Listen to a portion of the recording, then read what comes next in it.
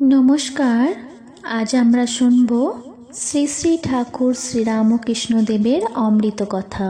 ঠাকুরের কথা শুনব শ্রী শ্রী ঠাকুরের সন্ন্যাসী সন্তান স্বামী রামকৃষ্ণানন্দজির স্মৃতিতে। তিনি বলছেন, কাশীপুরের উদ্যানবাটিতে ঠাকুরের সঙ্গে কাটানো দিনগুলির কথা। ঠাকুর শ্রীরামকৃষ্ণদেব তার কোনো শিষ্যকেই আনুষ্ঠানিকভাবে সন্ন্যাস দেননি। আনুষ্ঠানিকতা ও হিসাব নিকাশ তার স্বভাব বিরুদ্ধ ছিল। তিনি জগৎমাতার ইচ্ছাতেই চলতেন।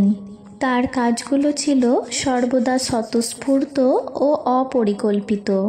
তিনি তার সন্তানদের প্রাথমিক দীক্ষা দিয়েছিলেন এবং তাদের আধ্যাত্মিক জীবনের ভিত্তি স্থাপন করেছিলেন, কিন্তু দ্বিতীয় দীক্ষার ভার নরেনের উপর দিয়েছিলেন। ঠাকুরের অবর্তমানে নরেনই দলের নেতা হয়েছিল। ভক্তদের মধ্যে একজন বস্ত্র ব্যবসায়ী ছিলেন। একদিন শ্রীরামকৃষ্ণদেব তাকে বললেন, একটি মোটা ধানকে কেটে গেরুয়া রঙে চুপিয়ে তার কাছে নিয়ে আসতে। সেগুলি আনা হলে তিনি ছেলেদেরকে বললেন ওই কাপড় পরে ভিক্ষাপাত্র নিয়ে তার জন্য ভিক্ষা করতে যেতে। এটাই ছিল তার ছেলেদের সন্ন্যাসী করার সহজ পদ্ধতি। তার কোনো আনুষ্ঠানিক ক্রিয়াকর্মের প্রয়োজন ছিল না। গেরুয়া কাপড় পরে তাদের মনে বৈরাগ্যের ভাব উদয় হলো এবং তারা চিরকালের জন্য পবিত্র আত্মত্যাগকে বরণ করল। ঠাকুরের কথার তেজ ও তার পবিত্র স্পর্শই ছিল উপযুক্ত সংস্কার। ঠাকুরের অন্তিম কয়েক মাস যখন তিনি কাশীপুরের উদ্যানবাটিতে দোতলার একটি ঘরে অসুস্থ অবস্থায় শুয়ে থাকতেন, তখন তার নির্জনতা রক্ষা করতেন তার এক দারবান শিষ্য। একদিন মনমথো নামে এক দুর্বৃত্ত যুবক কাশীপুরে এসেছিল ঠাকুরকে দর্শন করতে, কিন্তু তাকে উপরে ঠাকুরের কাছে যেতে দেওয়া হয়নি। ঠাকুর যখন শুনলেন যে মনমথো নিচে রয়েছে, তিনি তখনই তাকে উপরে নিয়ে আসতে বললেন। আমি তখন ঠাকুরের ঘরে ছিলাম, কিন্তু তিনি আমাকে বার করে দিলেন। অনেকক্ষণ ওই ঘরে তারা দুজন ছাড়া আর কেউ ছিল না। তারপর ঠাকুর আমাকে ডাকলেন এবং তার একটি ছবি নিয়ে আসতে বললেন। সেটা তিনি নিজ হাতে মনমথোকে দিলেন। যুবকটি ওইটা নিয়ে কারোর সঙ্গে কোনো কথা না বলে পাগলের মতো দৌড়ে বাড়ি থেকে বেরিয়ে গেল। সেই মুহূর্ত থেকে এসে জগতের সমস্ত কিছুর জ্ঞান হারিয়ে দিনরাত প্রিয়নাথ প্রিয়নাথ বলে জপ করতে লাগলো। যখন পাড়ার সবাই ঘুমাতো, তখন রাত্রি নিস্তব্ধতার মধ্যে তার এই কথাগুলি ধ্বনিত হতো। মনমথো ঠাকুরের কাছে আর ফিরে আসেনি। মুক্তার ঝিনুকের মতো সে সাতী নক্ষত্রের এক বিন্দু নিশ্চিত জল পেয়েছিল। তার আর কিছুই প্রয়োজন ছিল না। কিন্তু ঠাকুরের মহাসমাধির পর সে আমাদের বরাহনগর মঠে আসত। অনেক মাস যাবৎ সে প্রত্যেক দিন সন্ধ্যাবেলা আসত। সোজা ঠাকুর ঘরে গিয়ে খানিকক্ষণ বসে ধ্যান করত এবং আমরা বাড়ির যে অংশে বাস করতাম সেখানে পর্যন্ত না গিয়ে সে চলে যেত। কখনো কখনো সে গান গাইত। তার গলা খুব মিষ্টি ছিল। একটি গান ঠাকুরের বিশেষ প্রিয় ছিল। মনমথো সেই গানটি বারবার গাইত। এইভাবে ঠাকুর একজনের জীবনের মোড় ফিরিয়ে দিয়েছিলেন। ঠাকুর শ্রীরামকৃষ্ণদেবের মধ্যে কোনো অহং ভাব ছিল না। তিনি আমি শব্দটি ব্যবহার করতে পারতেন না। আমি না বলে বলতেন, তুমি এখানে অর্থাৎ আমার কাছে আসো না কেন? তিনি বলতেন, মা তোমাকে জ্ঞানের আলো দেবেন। তার মধ্যে ঈশ্বরের পূর্ণ অভিব্যক্তি ছিল। তিনি ঈশ্বর ছাড়া অন্য কোনো বিষয়ে বলতেন না। তার সমস্ত প্রকৃতি ছিল ঈশ্বর তুল্য। যতদিন আমরা তার দর্শন পাইনি, ততদিন জানতাম না পবিত্রতা কি, সিদ্ধি কি এবং ঈশ্বর কি, তিনি সব জানতেন। কেউ যদি তার কাছে বিষণ্ণ চিত্তে যেত, তিনি তখনই তার নিজের হৃদয়ে তা অনুভব করত এবং তাকে শান্তি দিতেন। তিনি যা করতেন তা অন্যদের জন্য, তাকে পৃথিবীতে আসতে বাধ্য করা হয়নি, কিন্তু তিনি এসেছিলেন মনুষ্য জাতিকে সাহায্য করার জন্য। তার দেহের প্রত্যেক গতিবিধি, মনের প্রত্যেক ভাব তার সঙ্গীদের উন্নতি সাধনের জন্য পরিচালিত হতো। ঠাকুর প্রত্যেক মানুষকে তার যা প্রয়োজন ঠিক তাই দিতে পারতেন। কখনো কোনো লোক অনেক দূর থেকে আসত ঈশ্বরের জন্য ব্যাকুল হয়ে, কিন্তু ঘরভর্তি লোক দেখে সংকুচিত হয়ে কোণে গিয়ে লুকিয়ে থাকত। কোনো কথা না বলে শ্রীরামকৃষ্ণদেব তার কাছে গিয়ে তাকে ছুঁয়ে দিতেন, আর ক্ষণিকের মধ্যেই সে উদ্যপিত হতো।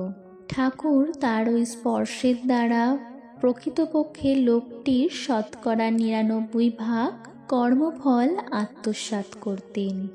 অন্যের কর্মের ফল নিজে গ্রহণ করার জন্যই শেষে তাকে দীর্ঘকাল রোগ ভোগ করতে হয়েছিল। তিনি আমাদেরকে বলতেন, যাদের কর্মফল আমি গ্রহণ করেছি তারা ভাবছে তারা নিজেদের শক্তির দ্বারাই মোক্ষ লাভ করেছে। তারা বোঝে না এর কারণ আমি তাদের কর্মফল নিজে গ্রহণ করেছি। তার কাছে আমরা কতটা ঋণী আমরা তা জানি না, কিন্তু একদিন বুঝতে পারবো তিনি আমাদের জন্য কি করেছেন এবং কি করে তার প্রতি কৃতজ্ঞ হওয়া যায়। শ্রীরামকৃষ্ণদেব যখন কাশীপুরের উদ্যানবাটিতে এলেন তখন শীতকাল এবং প্রায় বেশ ঠান্ডা পড়ত। একবার ঠাকুরের সেবা করার সময় মাঝরাতে আমি তাড়াতাড়ি বাইরে গেলাম, শুধুমাত্র একটা পাতলা কাপড় গায়ে দিয়ে। তার ঘরে গিয়ে দেখলাম অসুস্থ অবস্থাতেও তিনি খাট থেকে নেমে এসে কোনো প্রকারে হামাগুড়ি দিয়ে ঘরের অপর প্রান্তে গিয়ে হুকে ঝোলানো একটি শালের নাগাল পাওয়ার চেষ্টা করছে। আমি তিরস্কারের কণ্ঠে তাকে জিজ্ঞাসা করলাম, আপনি কি করছেন? এখন কনকনে ঠান্ডা, আপনার বিছানা ছেড়ে ওঠা উচিত হয়নি। ঠাকুর তার নিজের শালখানি হাতে করে উদ্বেগ ও স্নেহপূর্ণ কণ্ঠে বললেন, আমি চাই না তোর ঠান্ডা লাগুক, এটা নে। ঠাকুরের ব্যবহৃত শাল কাছে রাখবার যোগ্যতা আমার নেই মনে করে পরে ব্রহ্মানন্দকে তা দিয়েছিলাম। শ্রী শ্রী ঠাকুর যাদের জন্মসিদ্ধ বলতেন, ভবনাথ তাদের মধ্যেই একজন।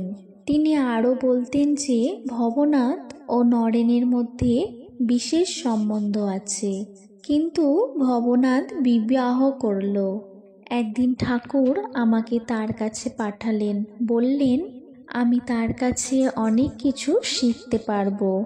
আমি অবাক হলাম যে ঠাকুর আমাকে গৃহী ভবনাথের কাছে শিক্ষা লাভ করতে পাঠাচ্ছে, কিন্তু তাকে দেখেই আমি বুঝতে পারলাম আমরা যখন ঈশ্বরের কথা বলতে লাগলাম সে ধ্যানস্থ হয়ে পড়ল ও তার দুই গাল বেয়ে আনন্দ ও ভক্তির অশ্রু গড়িয়ে পড়ল। দেখলেই বোঝা যায় যে সে সম্পূর্ণভাবে ঈশ্বরের তন্ময়। এবার পাঠ করে শোনাব কৃপাময়ের কৃপা। নরেন, খেয়ে নে, দেরি করিসনি, গাড়ি ছাড়বে এক্ষুনি। কাশী এখনো অনেক দূর নরেন। বিবেকানন্দের কাছে খবর এলো হঠাৎ একদিন স্বামী অভেদানন্দ ঋষিকেশে অসুস্থ হয়ে পড়েছেন। সঙ্গে সঙ্গে কিছু টাকা পাঠিয়ে দিলেন তিনি এবং অভেদানন্দকে কাশী নিয়ে আসার ব্যবস্থা করলেন। বিবেকানন্দ বুঝলেন তারও গাজীপুর ত্যাগ করার সময় এসেছে, তাকে কাশী যেতে হবে। অসুস্থ অভেদানন্দকে সেবা করে তাড়াতাড়ি সুস্থ করতে হবে। কাশী যাওয়ার পথে ঘটনাটি ঘটল। স্বামীজি ট্রেনে চলেছেন গাজীপুর থেকে কাশী। একটি তৃতীয় শ্রেণীর টিকিট ছাড়া তার কাছে আর যা আছে তা হলো একটা কম্বল, পরনে গেরুয়া আলখাল্লা আর হাতে একটি দণ্ড। কানাকড়ি নেই সঙ্গে, তিনি একটি কামরায় এক কোণে বসে আছেন, আর তার বাকি সবটুকু দখল করে চলেছে এক অর্থবান বেনে। সঙ্গে তার কিছু ইয়ার বন্ধু। তারা স্বামীজিকে দেখেই বুঝল এই তরতাজা সন্ন্যাসী না খেয়ে আছে, কিনে জল খাওয়ারও পয়সা নেই তার। বড়লোক বেনে বেশ মজা পেল স্বামীজির এই দুর্দশা দেখে। সে তার ইয়ারদের নিয়ে স্বামীজিকে দেখিয়ে দেখিয়ে নানা সুস্বাদু খাবার খেতে লাগলো। খাওয়া দাওয়া সেরে এবার তো জল খেতে হয়, স্টেশন থেকে জল কিনে খেলো সেই বেনে আর তার বন্ধুরা। তেষ্টায় গলা শুকিয়ে গিয়েছে বিবেকানন্দের। তৃষ্ণার্ত সন্ন্যাসীকে দেখিয়ে দেখিয়ে জল পান করার পর সুখ লাভ করল ধনী সহযাত্রী। ট্রেন বেশ কিছুক্ষণের জন্য থামল তাড়িঘাট স্টেশনে। সবাই নেমে গেল ট্রেন থেকে, স্বামীজিও নামলেন, বসতে গেলেন প্ল্যাটফর্মের ছায়ার নিচে। চৌকিদার এসে তাড়িয়ে দিল। কি করবেন স্বামীজি? তিনি প্ল্যাটফর্মের বাইরে কম্বলটি পেতে একটি খুঁটিতে হেলান দিয়ে চুপ করে বসে রইলেন। উত্তর ভারতীয় সেই বেনে স্বামীজিকে সহজে ছাড়বার পাত্র নয়। সে স্বামীজির কাছেই একটি ছাউনির নিচে দামি শতরঞ্জি বিছিয়ে বন্ধুদের সঙ্গে মজলিস করে বসে আবার ক্ষুধার্ত স্বামীজিকে দেখিয়ে দেখিয়ে রীতিমতো ভোজ শুরু করে দিল। এতেও সেই বেনির যথেষ্ট আহ্লাদ হলো না। তখন সে বিবেকানন্দকে শুনিয়ে শুনিয়ে বলতে লাগলো, ওহে দেখছো, এত সব খাবার দাবার কেমন মজা করে খাচ্ছি, আর তোমার কাছে তো জল কেনারও পয়সা নেই। এই ঠান্ডা জল যদি তুমি পেতে, তোমার খিদে না যাক, তেষ্টা তো মিটতো। এই দেখো আমি কেমন আরাম করে জল খাচ্ছি। রোজগার করতে জানতে হয়, বুঝলে? রোজগারের ক্ষমতা নেই তাই সন্ন্যাসী হয়েছ। এখন বোঝা পয়সার কি ক্ষমতা।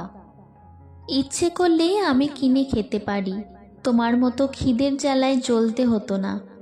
এইসব কথা শুনে বিবেকানন্দ এতটুকু রেগে গেলেন না।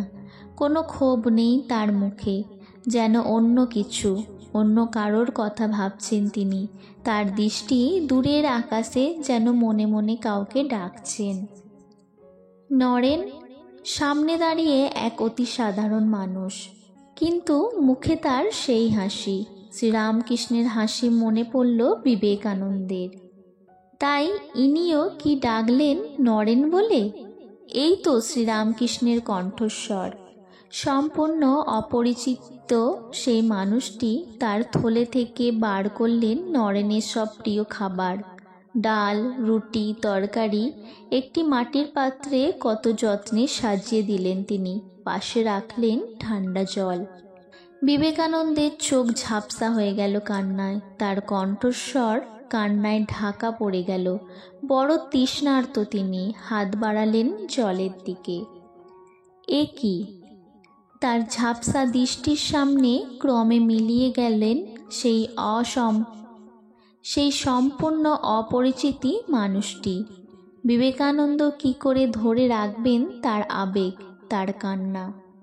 তার সমস্ত মন প্রাণ বলে উঠল, হে রামকৃষ্ণ, কত বছর তুমি নেই, তবু আমাকে ছেড়ে যাওনি, ভুলে যাওনি। কেন এত ভালোবাসো তুমি আমাকে? ঠাকুর, আমি কেমন করে হব তোমার প্রেমের যোগ্য? মাঝে মাঝে মনে হয় এই পৃথিবী বড় নিষ্ঠুর, এখানে ভালোবাসা নেই। হে গুরুদেব, তুমি ফিরে ফিরে এসে মনে করিয়ে দাও, পৃথিবীতে ভালোবাসার মরণ নেই। বিবেকানন্দ বিস্মিত হয়ে তাকালেন মাটির থালা ভর্তি খাবারের দিকে। এ তো দক্ষিণেশ্বরে ভবতারিণীর প্রসাদ। সেই একই সুবাস, ভবতারিণীর প্রসাদের সুগন্ধ নাকে লেগে আছে বিবেকানন্দের। তাড়িঘাট স্টেশনে দক্ষিণেশ্বরে ভবতারিণীর মহাপ্রসাদ। সমস্ত প্ল্যাটফর্ম জুড়ে ছড়িয়ে পড়েছে সেই সৌরভ। হৃদয় গহনে বিবেকানন্দ স্পষ্ট শুনলেন শ্রীরামকৃষ্ণের স্নেহময় কণ্ঠ। নরেন, খেয়ে নে, দেরি করিসনি, গাড়ি ছাড়বে এক্ষুনি, কাশী এখনো অনেক দূর নরেন। জয় ঠাকুর, জয় রামকৃষ্ণদেব।